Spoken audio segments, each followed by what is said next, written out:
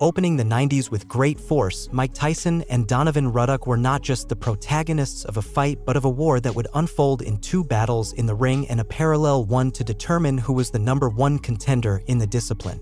Highlighting the best and worst moments of each, our invitation is for you to stay until the end of the video and join us on this journey filled with deadly left hooks, controversial low blows, and much excitement even after the bell signaling the end of the contest. The extensive battle between Mike Tyson and Donovan Ruddock would begin on March 18, 1991, with the Mirage Hotel and Casino ring in Las Vegas as the battlefield. The fight would be supervised by the critical eyes of judges Jerry Roth, Chuck Giampa, and Dave Moretti, and controlled by the wisdom of referee Richard Steele. Tyson would enter the scene as the #1 heavyweight contender in the World Boxing Council, World Boxing Association, and International Boxing Federation. There was great anticipation for the fight simply because Donovan Ruddock was the next in line. Ruddock's professional record at 27 years old was 25 victories, 18 by knockout, 1 defeat, and 0 draws. Tyson, at only 24, had 39 victories, 35 by knockout, and 1 defeat. As the bell rang, the first round began, and Tyson leaped from his corner with the characteristic aggressive fighting style that made him nearly unstoppable at that time. With his body already absorbing powerful combinations of punches, Ruddock sought to land effective counterattacks without neglecting his guard to neutralize Iron Mike's severe offensive. Throwing a big punch, he stumbled after the punch. It's done something, it stopped Iron Mike. An associate minister lets them know, doesn't seem to care. A hard body punch by Tyson.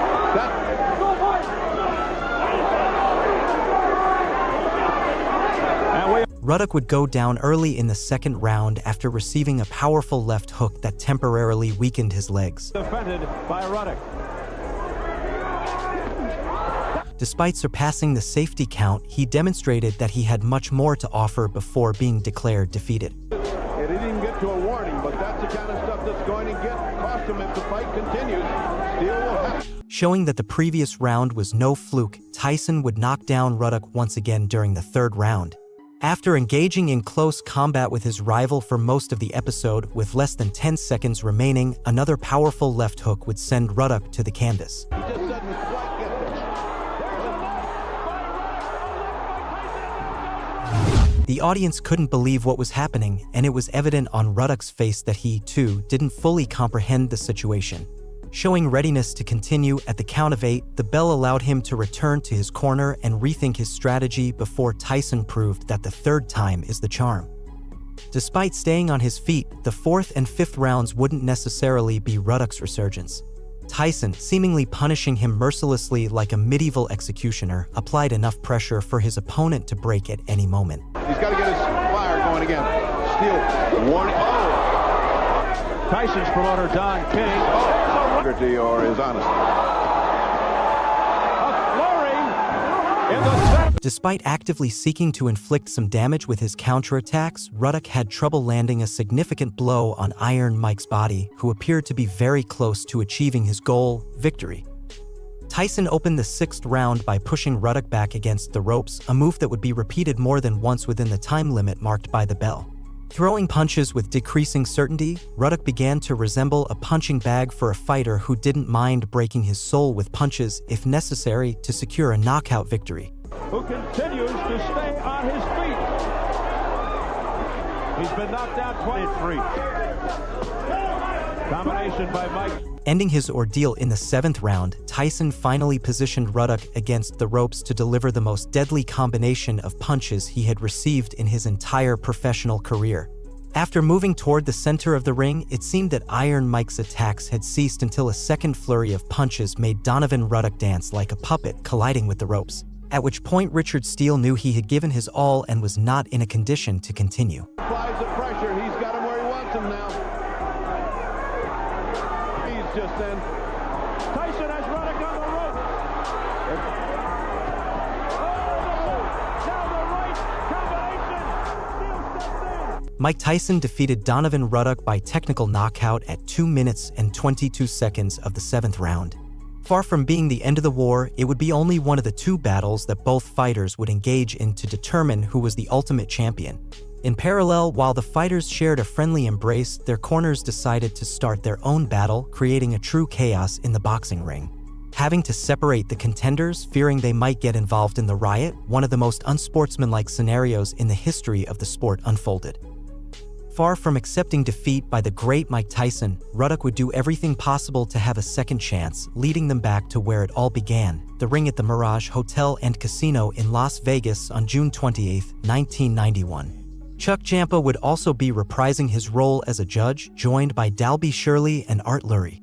This time, it would be referee Mills Lane's task to ensure the fight took place as cleanly as possible. Adding a victory to the previously mentioned record, Tyson once again presented himself as the #1 contender in the World Boxing Council, World Boxing Association, and International Boxing Federation. Ruddock, who would add a loss to his record, remained the next in line. However, he maintained hope that this time he would succeed in overcoming Iron Mike. After the bell rang, the first round of one of the most anticipated rematches for the general public began. From the very beginning, Tyson adopted his explosive fighting style, making it clear to Ruddock that he had to approach him with a different offensive if he didn't want to achieve the same result. A solid right hand by Wobbles Ruddock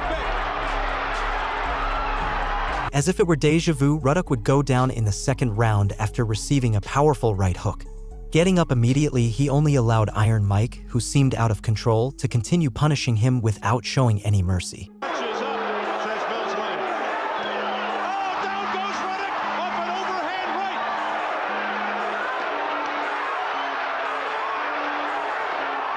Ruddock in trouble. Another thundering right by Tyson. And there's blood from Ruddock would taste the canvas once again during the fourth round. It was a bold left hook that made him fall backward, rising at the count of 8 to demonstrate his ability to continue the fight.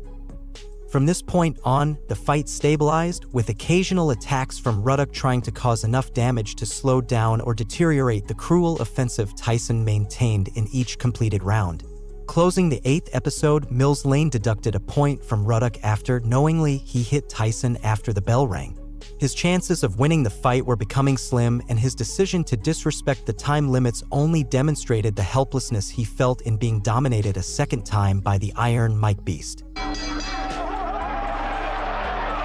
action after the bell. Both these guys. Tyson, not being the cleanest fighter in the contest, also suffered a point deduction imposed by Lane after, during the 9th and 10th rounds, he allowed controversial low blows to land on his opponent. Wonderful left by Ruddock. Again the low blow. Again another low blow.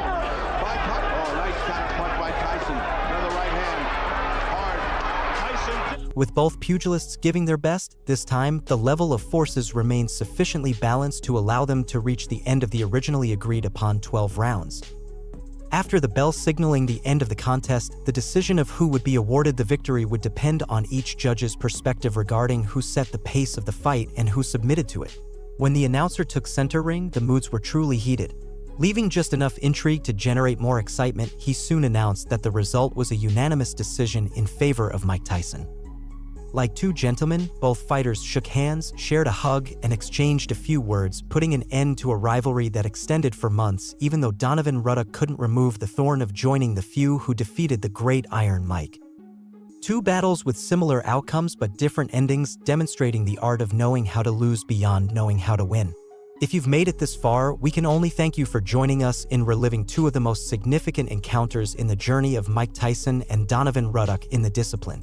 Getting into the ring against Mike Tyson, even in the early stages of his professional career, was quite a challenge. Many people today consider those boxers who even thought about facing such a formidable opponent as masochists. In today's video, we'll share a top list that will take you from his early fights to the establishment of his legend, and fights that not only left his opponents in a state of shock, but also amazed the entire world. In 1985, a young Tyson shocked the world in his second professional fight, ending Trent Singleton's career in less than a minute. A right hook made Singleton fall forward, and he was on all fours within just 15 seconds of the fight's start. Well, we didn't get much of a chance to see Tyson. His reaction was to get up almost immediately, only to be knocked against the ropes by a left hook, ultimately falling on his back at 33 seconds into the first round. He got back on his feet at the count of 3, but Tyson advanced and launched a barrage that made Singleton stumble forward, causing both of his gloves to touch the canvas, leading the referee to end the fight. Young Tyson not only defeated Trent Singleton, who was fighting at the lightest weight of his professional career, but also turned the match into his 4th knockout defeat and the last of Singleton's career. Tyson's 8th professional fight, also in 1985, became a memorable moment. Johnson entered the ring that night with a record of 2 wins and 4 losses in his 6 previous fights, with each loss coming by knockout. Tyson, on the other hand, had an impeccable streak of 7 knockout victories. Tyson sent Johnson to the canvas with a left hook just 23 seconds into the fight.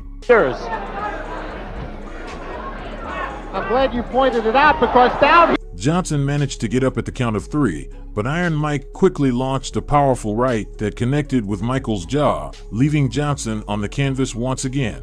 Canvas. 23-pound weight advantage, and he put it all there. The right to that. Even before starting the count, the referee signaled the end of the fight.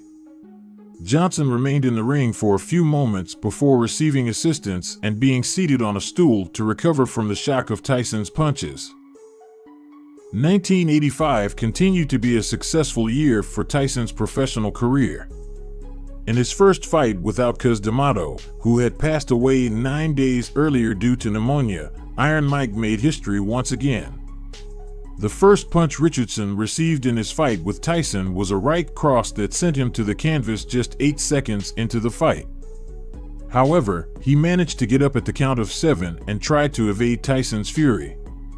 At 1 minute and 5 seconds of the first round, a left hand blocked Richardson's knees, sending him to the canvas again, this time staying down. It's a great future. If they can find some fights.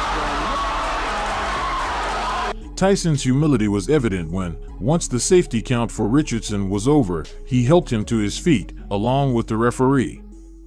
When asked if he had ever been hit so hard before, Richardson's response surprised the media, stating, "Yes, about a year ago. I got hit by a truck." December 1985, and Tyson knew he had to close his professional year on a high note. The Felt Forum in New York would be the first venue where Tyson would be seen wearing what would become his characteristic attire, solid black trunks. Scaff entered the ring having lost his 2 previous fights against Proud Kilimanjaro and Tim Witherspoon, trying to make the 3rd time's the charm saying come true.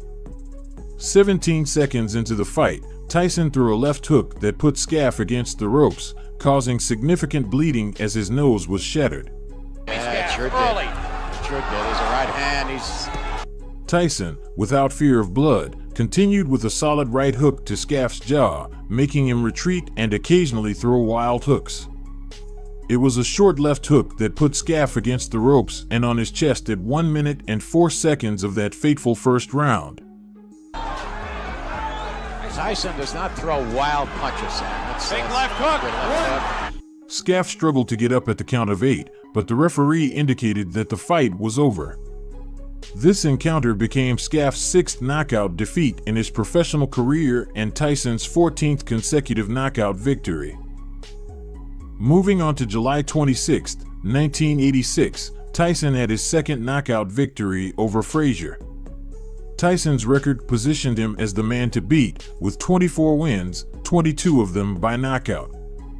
In contrast, Frazier had 16 wins, with only 7 of them by knockout, and he had been defeated previously by Larry Holmes in the first round. Just 30 seconds into the fight, Tyson used a right hook to knock out Frazier in the first of the scheduled 10 rounds. Frazier was surprised by a quick right hand from Tyson after the bell rang to start the fight. This forced Frazier to retreat and eventually be cornered, where he received the hook that left him lying on the canvas. The referee, Joe Cortez, counted to 5 before indicating the end of the fight. Uppercut, and Marvis is hurt. Frazier is, and he's going to stop the fight. Moving a bit closer to the present, on September 6, 1986, in Las Vegas, Mike Tyson, still undefeated after 26 professional fights, faced Alfonso Ratliff in his first fight against a former world champion. Ratliff had a record of 21 wins, with 16 by knockout and 3 losses. Ratliff managed to escape Tyson's pursuit during the first round, only to encounter a fierce left hook that knocked him down early in the second round. Well, he's one of the few guys that was able to test the chin of Mike Tyson and exchange punches. And Ratliff continues on the bike.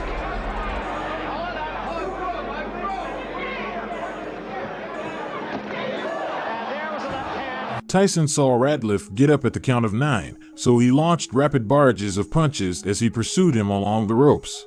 A classic punch, and Ratliff doesn't, I don't think he'll get out of this round. And Tyson right. Ratliff didn't last long and was once again shaken by a powerful right hook, setting up a series of punches Tyson had planned, leading to that devastating left hook that put Ratliff on the canvas again. And Tyson has left little doubt about that so far.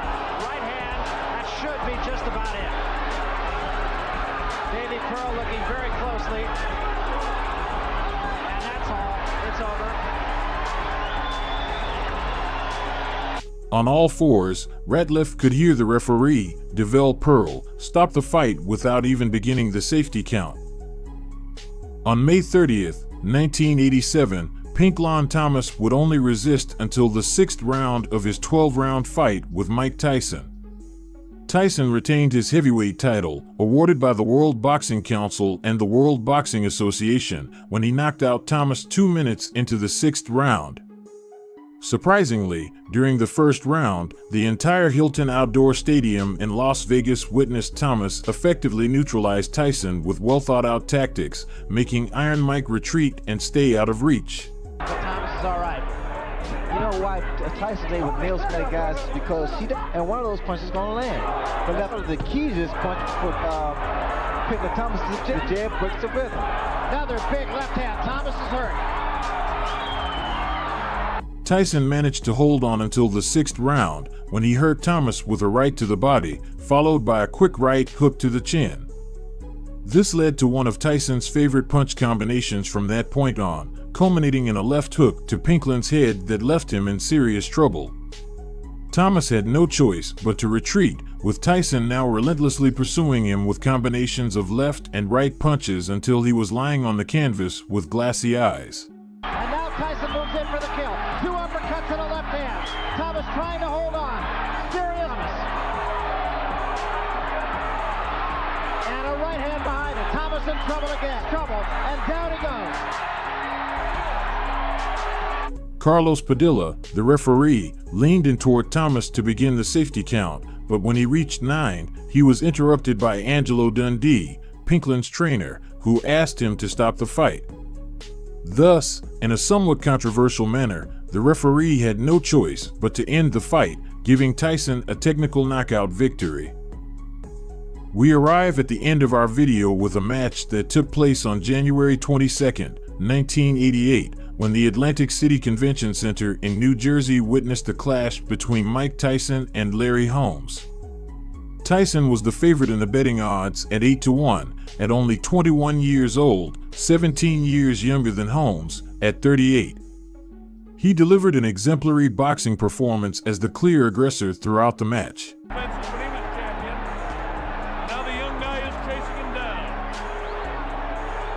However, it wasn't until the 4th round that he managed to reach Holmes, who was on the brink of retirement. Holmes got into serious trouble after taking a powerful right from Tyson that landed squarely on his chin, prompting him to fall into Mike's corner.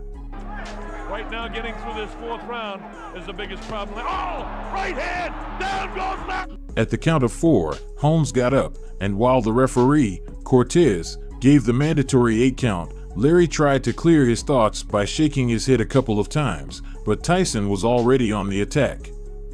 The violent punches Tyson was throwing occasionally made Holmes' head snap back. The ringside attendants began to shout for the fight to be stopped, but Holmes could only escape from Tyson's relentless pursuit. Holmes abruptly halted his retreat after taking a strong right hook from Tyson, and as soon as he fell on his back to the canvas, Cortez finally signaled the end of the fight. The power of his left hand was his knockout against the former WBA heavyweight champion, Michael Dokes, in 1990. His favorite weapon in the ring turned out to be a versatile half-hook, half-uppercut left punch he called the Shredder, which represented most of his knockout victories. Even Mike had great respect for his powerful fist. With his The Crusher punch, he achieved 40 victories, 30 of which were by knockout. It could be none other than the Jamaican Donovan Ruddock, born on December 21, 1963, in St. Catherine, Jamaica. Ruddock moved to Canada at an early age, where he discovered his love for boxing and began training at the local gym. His trainer quickly noticed Ruddock's potential and molded him into a genuine contender. As an amateur boxer, Ruddock defeated Lennox Lewis in March 1980 in Toronto in the Ontario Junior Boxing Championship, winning by a split decision, 3-2, in the 75 kilograms weight category. He turned professional in 1982, making his heavyweight debut and winning his first fight by technical knockout in the 4th round against Wes Rowe at the Columbus Event Center, Toronto, Canada. His aggressive style and powerful punch quickly gained recognition within the boxing community. By 1985, Ruddock had already obtained 9 wins and a draw. However, that same year, he faced David Jocko on April 30th at the Sportsplex, Dartmouth, Canada. After 8 rounds, Ruddock's corner threw in the towel when he complained of breathing problems. Jocko won by technical knockout. It was discovered that Ruddock had a rare respiratory condition, and doctors told him his career would end. After taking a 10-month break for rehabilitation, Ruddock made a full recovery to the surprise of doctors and resumed his boxing career, winning 9 consecutive fights, 8 of them by knockout, and achieving an impressive decision victory over former WBA heavyweight title holder Mike Weaver. We are at the end.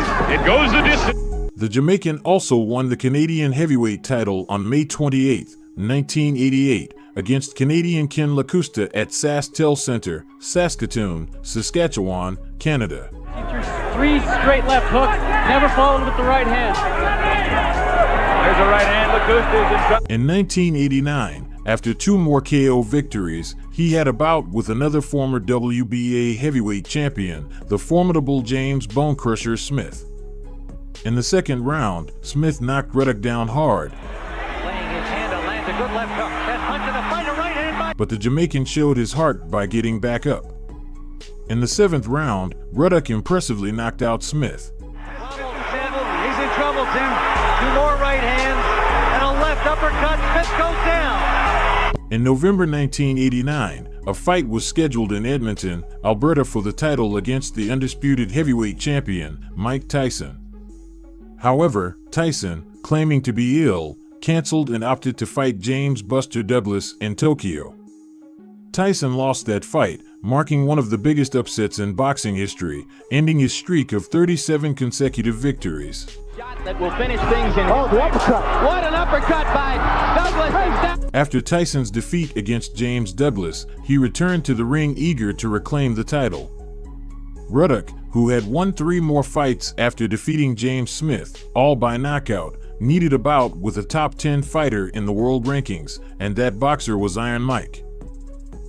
On March 18, 1991, at the Mirage in Paradise, Nevada, both boxers came out to demonstrate their superiority in the ring. Tyson started by throwing strong and precise punches, trying to assert his physicality and power over Ruddock. However, Ruddock didn't back down and responded with a series of jabs and uppercuts that managed to land on Tyson several times.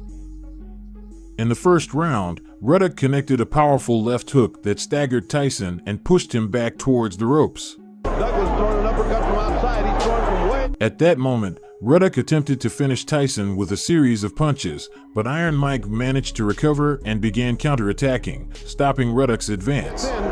Mistake he made. Associate Minister lets them know. In the third round, Tyson landed a series of powerful punches that left Ruddock in bad shape and on the canvas.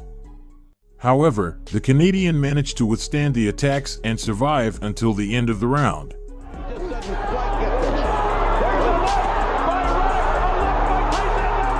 By the seventh round, the fight reached its climax. Tyson started with a series of jabs that cornered Ruddock.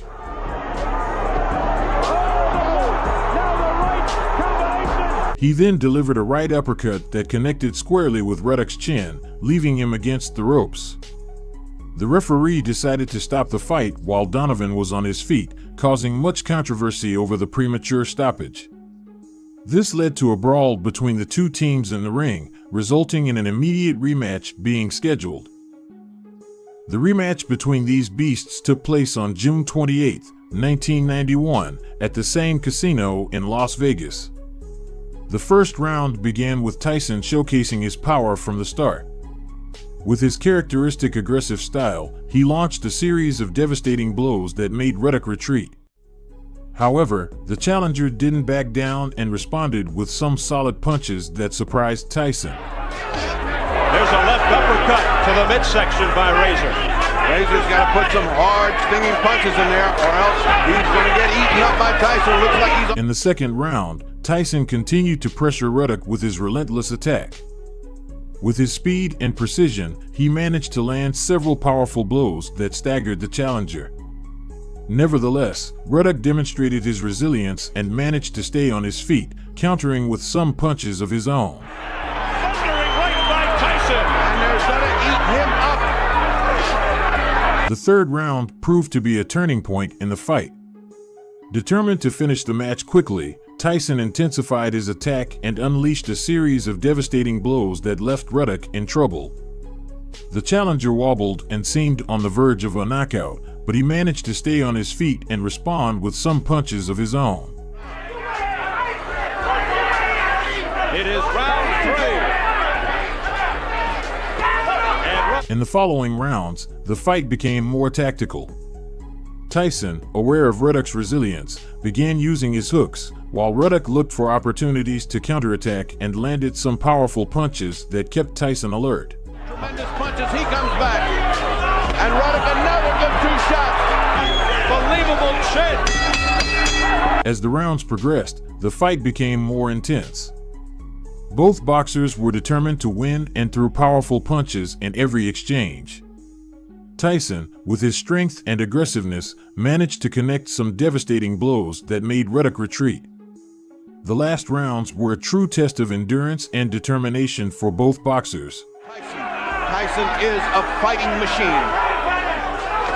Oh, Tyson just got hammered and he comes back fighting. Despite fatigue, they continued to throw powerful punches in the ring.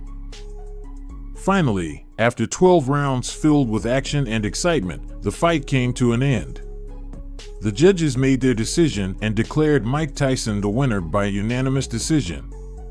It was a well-deserved victory for Tyson, who showcased his skill and aggressiveness in the ring.